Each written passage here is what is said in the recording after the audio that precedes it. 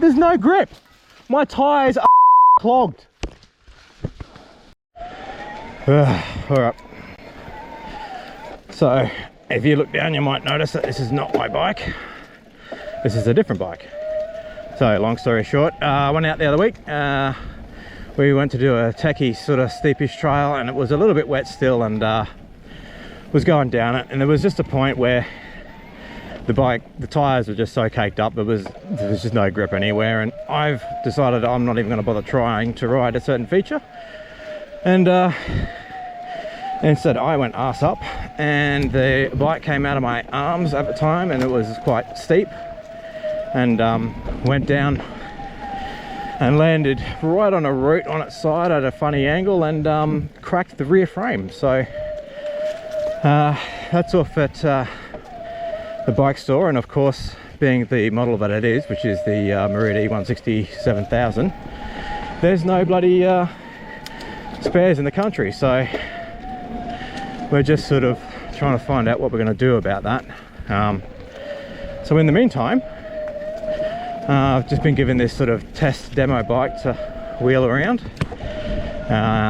It's another Merida E160, and it's actually an interesting ride because it's the 875. So mine being the 7K, mine's the base model of the carbon bikes, but this is the top of the line of the aluminium series. So this is got a 750 watt hour battery, and mine's got the 600. So needless to say, today I'm just riding around in boost because whatever, and I've been sick and all sorts of other bits and pieces, so I really don't have the fitness. It's been about 6 weeks since I've had a proper ride, because the last ride was just me busting my bike up in the first 15 minutes. And yeah, so riding this has been interesting. So I've obviously given my thoughts on my 7K model, and like I said, it's a very different spec bike now, but if you compare the specs of the bikes, this one to what mine comes as standard, they're essentially the same bike, except this has got the aluminium frame, of course, 750 watt hour battery,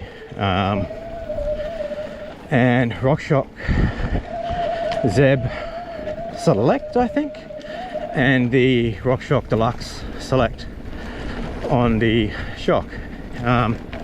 Otherwise, same brakes, same shifter, same wheels, same handlebars, everything else, yada yada yada.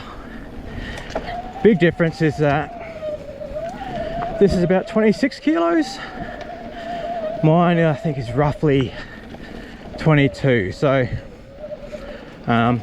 in comparison, mine's got, compared to what it came with, I've swapped mine to XT-Di2, so I do have wireless shifting with auto shift and free shift. I've got Wheel 1 carbon fiber rims, Fox 38 factory on the front, and I've most recently put a Wellspring Talum shock absorber on the rear, so I've gone to a coil on mine. Haven't even really had a test ride on it yet, so spent all that money on a pretty boutique shock, and I haven't even really ridden it or tested it. But anyway, this bike, by comparison, and compared to, say, the previous model, which was, I had a Merida E160 700, I have to say, I'm not noticing that it's 26 kilos. It really, I know for me, when I was sort of looking at bikes, and I pretty much ruled this straight out just because of the weight, but I have to say, I'm not noticing it. It's not like the 7000 rides like a light bike, and by e-bike terms, it's not heavy. It's not an SL, but yeah, I'm actually surprised that this feels as nimble as it is. Suspension.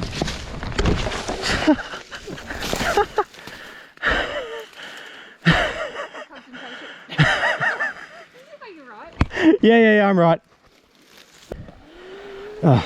Anyway, what was I saying?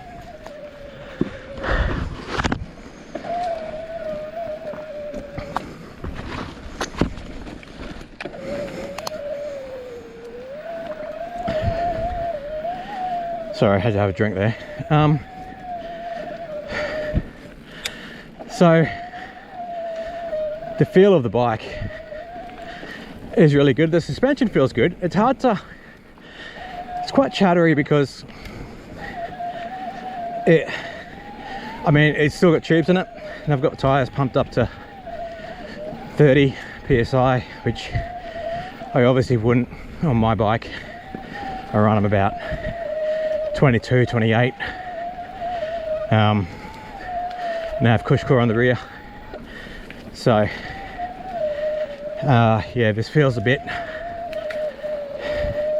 chattery on the on some things, but suspension feels a bit good. It feels quite good. It is a little bit dead, but I haven't tuned the suspension or anything like that. It just feels a bit like the rebound is probably over dampened for what it needs to be. Yeah, overall impressions of it is that it's a really nice bike. I did not expect it to feel quite like this. I think Merida have done a really good job of hiding the fact that this is quite as bulky as it is. EP801, of course, so you know, you're not going to get quite the same performance as the Bosch, and I'm sure someone will be in the comments going, oh, new airflow. Well, don't really care. This is a 170, 174. I like my enduro bikes. Yeah, if you're looking at getting a Merida E160 and you're trying to decide, you know, whether going to the carbon models is just pushing the friendship too much, this is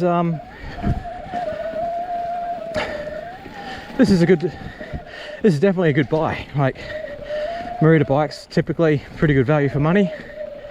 There's a lot of competition now out in the e-bike segment. There's a lot of lightweight bikes. There's a lot of sort of mid in between bikes, which is where I feel like the 7000 sort of sits. Well, all of the carbon models really and Merida's line up, they're sort of down around that 22-ish kilos, which is sort of lighter weight for a full enduro, full power bike. A lot of your SL bikes, it's always a bit tricky with the SL bikes because they always advertise sub 20 kilos, you know, 18 kilos, whatever. But then as soon as you sort of put burlier tires on them, which the other bikes, the enduro bikes, the longer travel, full power have, by default, the weight starts to come up pretty quick. Mate's just got a new Trek Slash Enduro, or Slash Plus.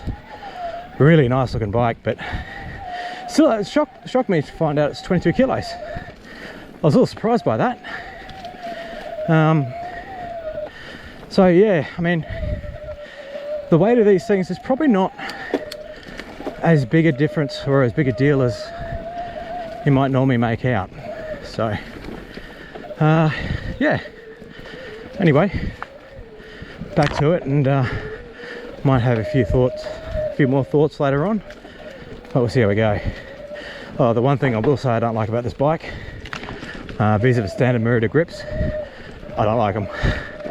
They're grippy enough in the hand, but they are caning my hands. They are not good. So yeah, Merida, yeah, they're pretty ordinary. Time to change them up, I think. Otherwise, yeah, we'll see how we go.